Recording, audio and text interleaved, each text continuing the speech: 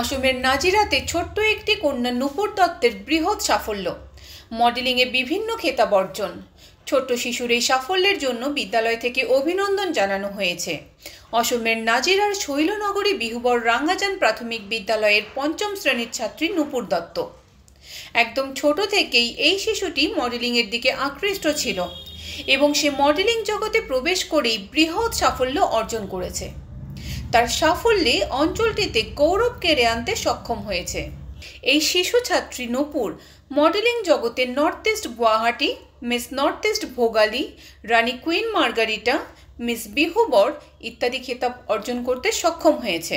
আজ রাঙ্গাজান প্রাথমিক বিদ্যালয়ের প্রতিভাবান ছাত্রী নূপুর দত্তকে অভিনন্দন জানানোর উদ্দেশ্যে এক গাম্ভীর্যপূর্ণ অনুষ্ঠানের আয়োজন করা হয়।